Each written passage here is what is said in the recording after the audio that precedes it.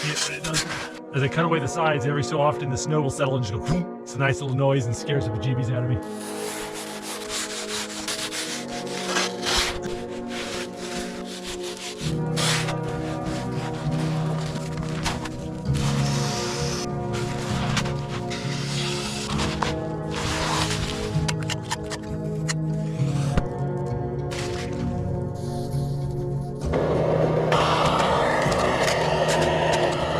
This is a pretty cozy little shelter.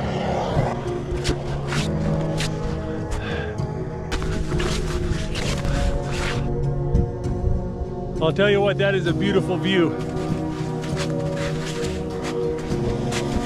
Oh, I've got room to sit down, cook, sleep. This is perfect. And it only took me 4 hours to make this thing, which is a lot less time than some of my other snow shelters.